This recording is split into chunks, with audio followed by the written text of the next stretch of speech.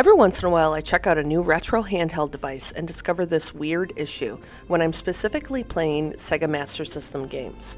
The sound is just a little off. Well, I figured out the solution and wanted to make a video about it. This is going to be a short one, but it's something I wanted to go over.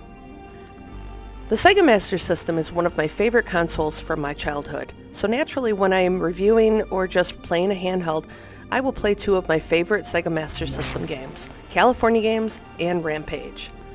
So most of the handhelds have a common program or app in the background doing all the dirty work. This app is called RetroArch. This app is awesome when you have it set up correctly, however it can be the bane of your existence when it's not. Here I have the Logitech G Cloud. I am running the front end called Daijisho. So after I got this all set up, I sat down to play some of my favorite games. I noticed that the sound was off when I played California Games. Now this is a little nitpicky, but I wanted it to sound like it did when I was a kid. I mean, after all, that's why we buy these retro handhelds, for gaming nostalgia. So this is the sound that I heard when I booted up Rampage. Music and the game music is just a little bit off. It sounds lower and just a little different.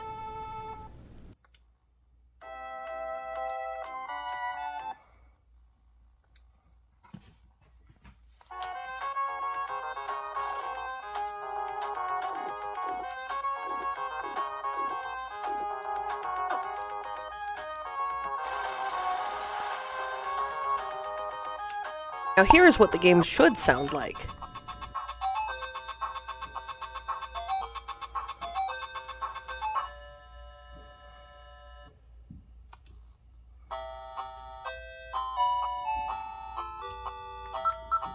And here's what California Games should sound like.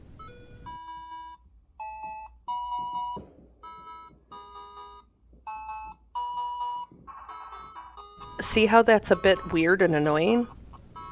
So, let's fix it. I can fix it! So go into the RetroArch app. From the main menu, you want to scroll down to Online Updater, then go into Core Downloader. Now scroll all the way down until you see Sega. What you are looking for is the Sega Pico Drive core. When you see that core, select it and it will be automatically downloaded. Now if you were just using RetroArch on a handheld or maybe a different TV box or a Fire Stick, you would just go back to the load core and use that core with those games.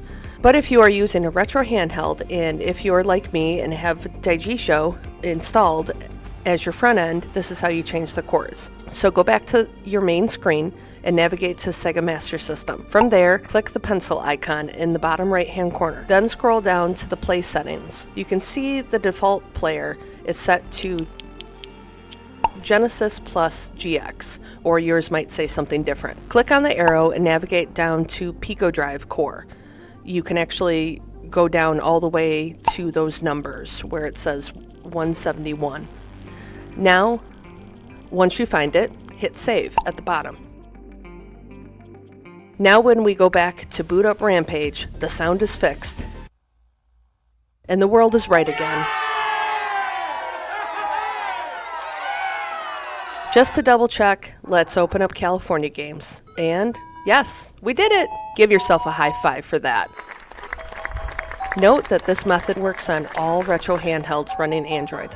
Now maybe you don't have an Android device, maybe you have the amazing Miyoo Mini or Mini Plus. Not to worry, let me show you that as well. Here is my Miyoo Mini Plus. I am running a custom operating system on my device called Onion OS, so mine might look a little different from yours if you just got yours out of the box. It still uses the app RetroArch in the background to make everything run smoothly. Now the Miyoo Mini generally runs the Pico Drive core right from the get-go. However, if you are having an issue, I will walk you through it quickly on how to switch the cores. If you are using Onion OS, go to the apps, then Package Manager, and in the main section of the Package Manager, you should see Sega Master System Pico Drive. Select that and then press Start, and it will install it.